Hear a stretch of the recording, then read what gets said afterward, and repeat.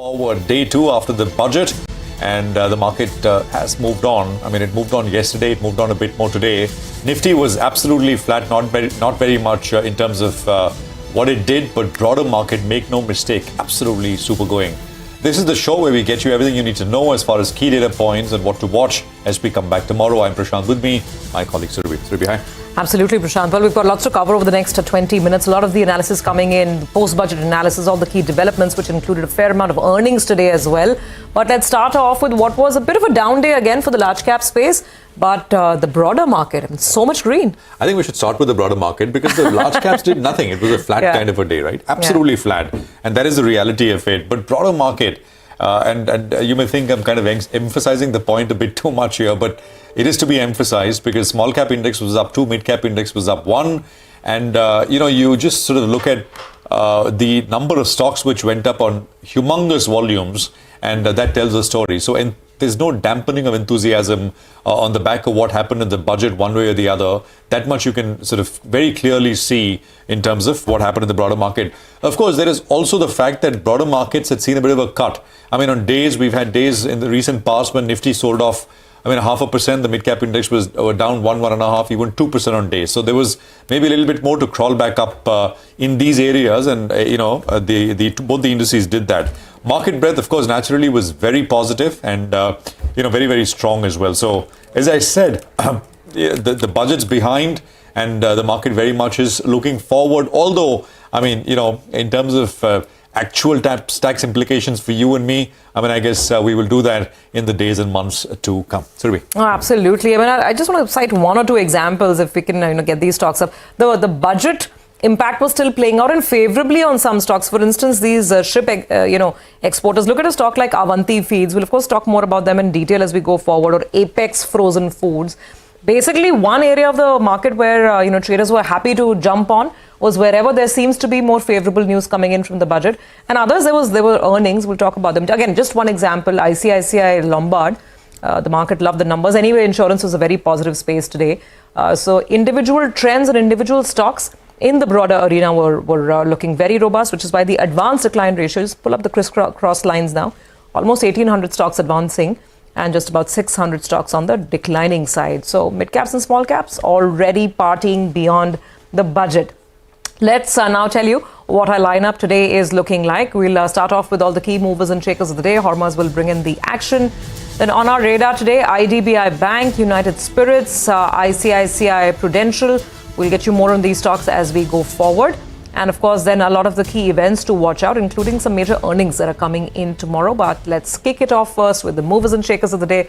Hormaz, over to you. It was a broader market day indeed, as you were mentioning, because the large cap indices didn't do much, but it was plenty of action within the broader markets. And we will start off with the pocket that did extremely well in today's session, and that was the insurance names. And you pick any insurance stock today, all of them saw very healthy gains in today's session, be it the likes of HDFC Life or SBI Life, and ICICI Pru as well. All of them reacting very well in today's trading session. The PSU saw a bit of a rebound in today's session. The index sold off yesterday. The rebound coming in today's session. SAIL, NTPC, BPCL, ONGC as well among the top gainers in today's trading session. As you were mentioning, Avanti Feeds, there was the budget impact and there was a lot of these stocks, the shrimp feed related stocks, all of them did very well in today's session, be it Apex Frozen, Waterbase, Avanti Feeds, all of them ending anywhere between 15 to 20% higher. Anthony Waste Handling also had a very good day in today's session, almost 15% higher there, and Kaveri Seed continuing from where it left off yesterday,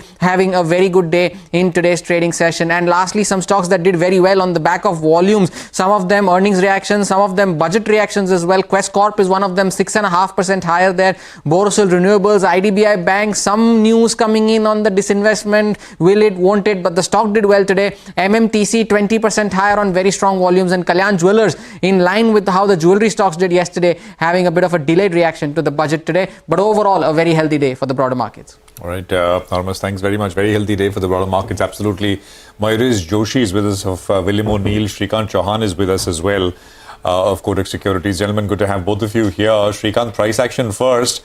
Let's start with the mid-cap and small-cap price action on the indices. How are they looking? Yeah, good evening, Prashant. Good evening, everyone.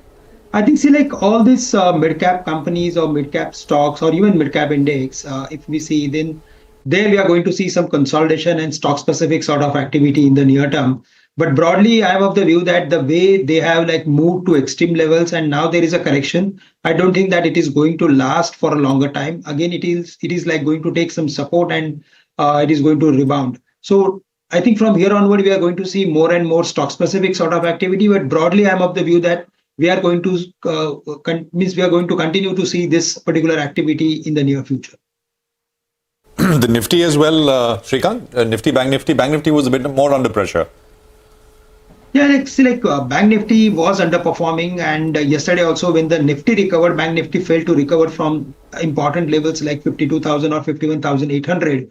But while looking at today's formation, I think the Bank Nifty has completed its ongoing correction. We were expecting some 51,000 sort of levels, but during the day we saw the levels of 50,800. Broadly, I'm of the view that 50,500 is the base that we are seeing for Bank Nifty. And from here, again, the Bank Nifty can come back to the levels of 52,500 or 53,000. So it is going to consolidate. It is not going to surpass its previous high. That's the overall view. But from here, yes, the Bank Nifty can again come back to the levels of 52,500. That's the view. For Nifty, there also we are expecting consolidation, but about 24,650 we are expecting short covering, because if we see the entire data of the expiry, then based on that data 24,650 is the equilibrium level above which we can see some short covering, which can again lift the market towards 24,850 or even 25,000. So it is and today also when there was weakness in the market, 24,300 acted as very good support. So I'm of the view that Nifty is heading higher, and we need to see that how it actually breaks the level of 24,650. Okay, all right. Shrikant, stay on. We'll have some more questions for you in just a bit. Let's start with our first stock of the day. And this is IDBI Bank. The stock was surging almost 10-11% on expectations that divestment will actually finally happen soon. The government and LIC are expected to divest about 30% stake each in the bank, and there was some commentary that suggested that maybe the due diligence process has started off. Abhishek is here with the details. Abhishek. Well, DIPAM expects, divestment this year for IDBI Bank. Take a look that the divestment process is in stage 2 as per them. So RBI nod on fit and proper qualification of bidders is awaited. Now, LIC and Government of India are expected to divest about 30% each in the bank. Currently, if you take a look at the shareholding of IDBI Bank, Government of India holds about 45.5% and LIC about 49.2%. And if you take a look at the financial picture of IDBI Bank, as per Q1 FY25 results, some of the key numbers are that the gross NPA ratio is at 3.9% and net NPA ratio is at 0.23%. Remember that this net NPA ratio of 0.23% of IDBI Bank is the lowest in the banking sector. So CRAR, that is capitalization of the bank, is strong at 22.3%, and the bank has one of the highest CASA ratio at about 48.6%. If you take a look at the valuation based on price to book value, it's trading at 2.4 times Q1 FY25. Back to you. Okay, all right, Abhishek, got that. Thanks so much. Explains the surge on IDBI Bank.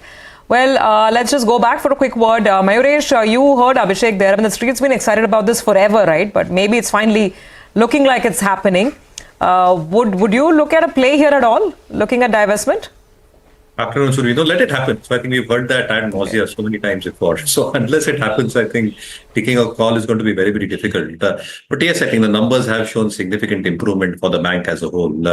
Obviously, I think what goes forward in terms of this entire process itself, and then what is the valuation at which buyers will be interested in this stock, because they have a decent base, as Abhishek was also pointing out.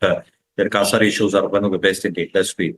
But it really boils down to A, whether the process moves to the final stage, and B, evaluation for the bank itself. So at this juncture, within the banking space, ICICI Bank, Karur Vysya Bank is something that we continue buying. Any of these stocks sort of ring up, I mean, do you have coverage or anything, or do you own any of these, Mayuresh, in the portfolio? HBL Power, HCC, ICICI Pru, BSC was a big gainer today, Castrol. Mayuresh? I think out of that list, Prashant, I think Gulf Oil, something I think I heard you speak to the management related to the data center and the entire perspective about that business. But I think EV fluids is something that they're seriously pouring into in a very substantial manner. The numbers have been doing very, very well over the past few quarters. They're getting into the EV charging ecosystem in a big way with a couple of acquisitions that they've probably done.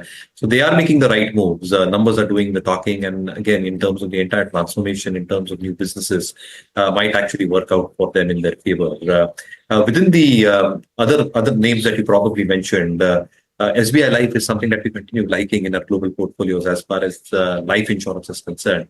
And ICICI Lombard came out with a decent set of numbers on the general insurance play as well. So that remains a very solid play within the non-life plans as well.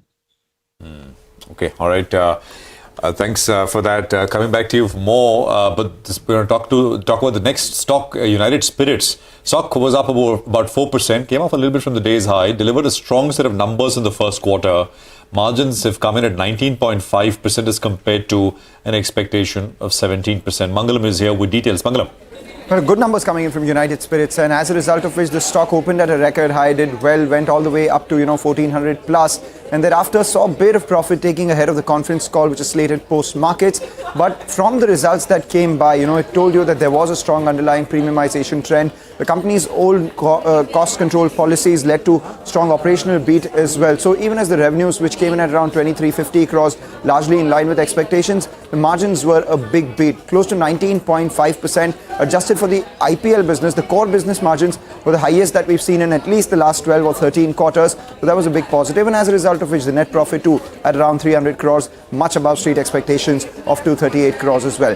Where does this underlying premiumization come from? It's the prestige and above segment, where the overall revenue grew by about 10%, double-digit growth in an otherwise tough quarter. Volume growth by about 5.1%, a little higher than what the street was anticipating. And the popular business actually by design did a lot lower and saw a bit of a decline. But then the good part was it did not decline further than what the street was anticipating. Additionally, United Spirits over the last couple of years has been making these investments in artisanal players. So they've gone ahead and bought, V9 Beverages, 15% of stake there for about 2.3 crores and 25% stake in a company called Coffeen, which makes coffee liqueur. So a lot of these artisanal alcohol purchases made by the companies as well. And as a result of which, the stock doing well. The commentary in the conference call will be very crucial for tomorrow's trade. Okay, got it. So United Spirits, not a bad quarter, I guess. And it's been a stock on a steady high, shall we say. Not as much as what we've seen in the rest of the market, because if you're looking at the last 1 year chart, let's pull up 1 year on United Spirits, about 41% up. That's the performance. Mayuresh, just quickly, like Mangalam's pointing out, the company is doing a lot to attract the premium segment. Looking at valuations, possibilities, opportunities. What's your view? No, I think if they're able to continue this earnings momentum, I think the stock can give very good price action as well. Having said that, I think the salience that you probably got in terms of the premium segment has really shot up. It's close to 88% now. Decent volume growth, 5% at this juncture. And pricing has also remained very, very constant. Obviously, I think the input costs for a lot of these alcohol makers have remained very, very stable over the last few quarters. So if this continues, and the expectations of their ad spend being around at 7.5% mark, 19.5% margin performance can continue with stable salience on the luxury segment. So I think the momentum can very well continue on a stock like United Spirits. Shrikant, you want to come in? United Spirits? Yeah, I think Prashant, the stock is stock has formed a classic technical formation. I mean to say it's a very strong bullish pattern that we are witnessing on the daily chart as well as monthly and long-term charts. But now it is very close to its important extension level of 1450, 1500. There we can see some time-based correction. But broadly, I'm of the view that even Radico is showing a lot of momentum, and it is consolidating since last 6-7 months. On the breakout of let's say 1900, we can see the levels of 2200 or 2250. So Radico looks very strong candidate at current levels to buy and hold if we compare with United Spirits. And even United Spirit also is is showing some strength, but yet if there is a medium to long term view, then one can hold on to it. Okay, all right. Let's talk about ICICI Prudential. And actually the insurance space, because ICICI Pru, of course, was a strong set of numbers, but it was not just that. Max Financial, HDFC Life, SBI Life, all surged. what was going on. Yash is here with some fine print. Yash. Well, Prashant, as you said, you pick up any life insurance company and they were all up and flying in trade today. ICICI Prudential particularly started this rally early in the trade, and that was on the back of the numbers that they announced post-markets yesterday.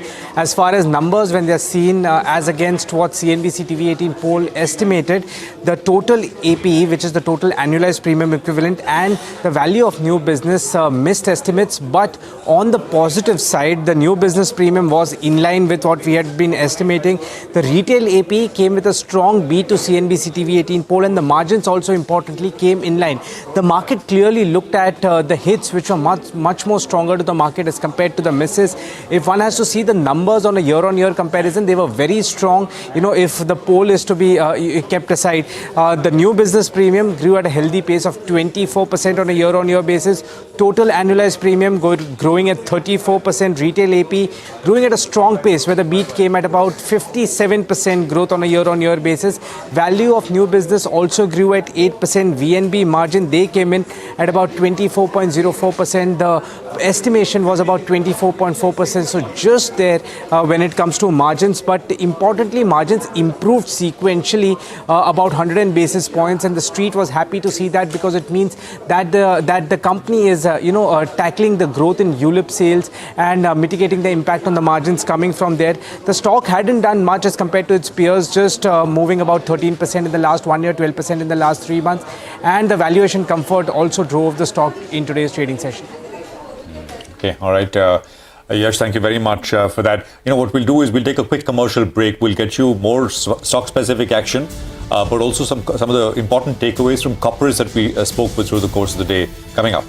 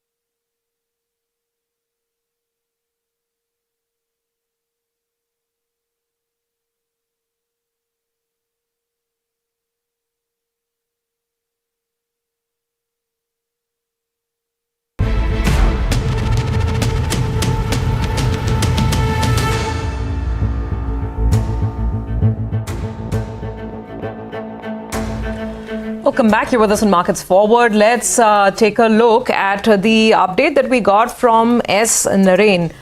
Mid caps and small caps have continued to do quite well in the last 1 year. That is what he told us. S. Narain of course, ICICI Prudential AMC. He was speaking to us earlier in the day, said that there can be a long period of underperformance after overvaluations. Take a look.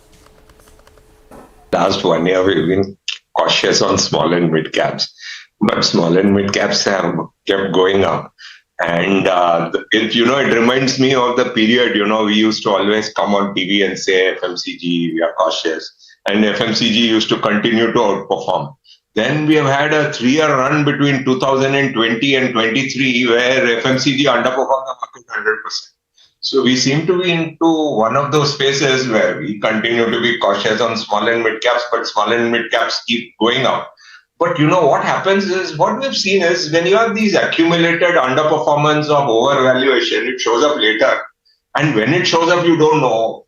No one knows. But we are believers in asset allocation first, then we are believers in flexi cap and large cap. That's how we look at it. Doesn't mean that today onwards, small and mid cap starts underperforming. The more it outperforms at this point of time, just like what happened in real estate between 2013 and 2020, or in consumer stocks between 2020 and a few months back, you can have long period of underperformance after the overvaluation.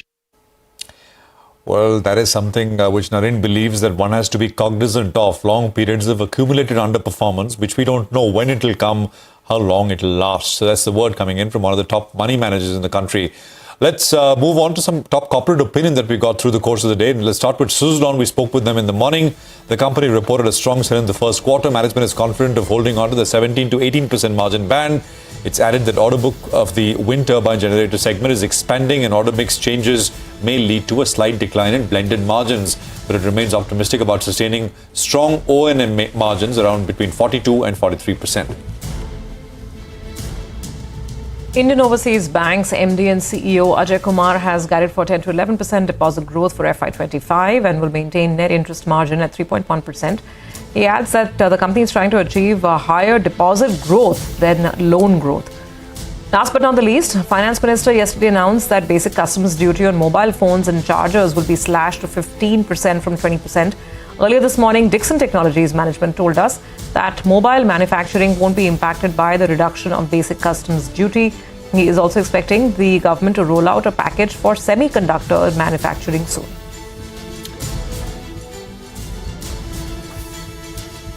All right, well, that's some of the opinion that we had through the course of the day. But Axis Bank has also reported its numbers for the first quarter. Let's get the details out with Abhishek. Abhishek, how do they look?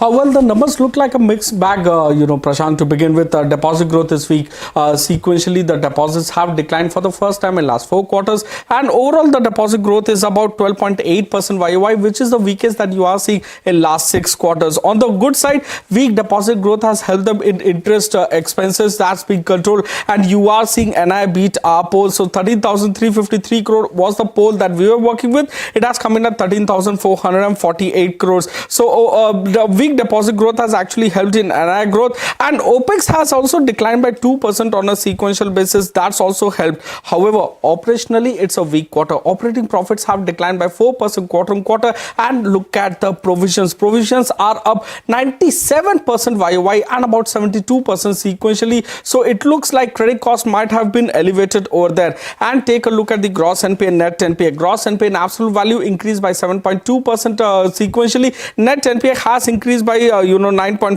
sequentially, suggesting that the slippages could have been on the higher side. So a mixed bag coming in from Axis Bank. However, operationally it looks like a weaker set of numbers for Q1 FY25 by them. Okay, Abhishek, got it. So we'll watch out for the reaction on the stock tomorrow. But before we wrap out, Abhishek, very quickly, other events to watch tomorrow?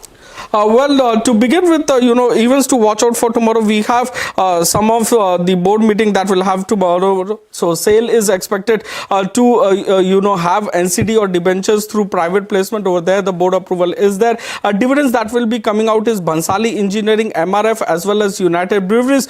Take a look at the stock split that will happen tomorrow. KSB, their face value will decline from rupees 10 per share to rupees 2 per share. Results which are the key tomorrow, it will be Ashok Leyland, Canara Bank, Adani Energy Solution, Adani Green Energy, AU Small Finance Bank, Mahanagar Gas, Motilal Oswal, Tech Mahindra and United Breweries as well.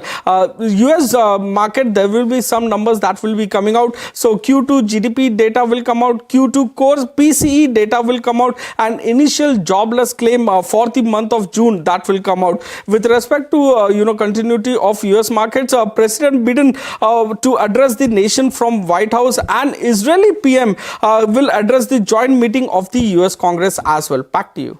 All right, Abhishek, thank you very much for that. So a fair bit local and some global as well. It's a wrap on this edition of Markets Forward. From Surabhi, me, everyone in the team, it's goodbye. Thank you very much for staying with us. But news and updates continue coming up in just a bit.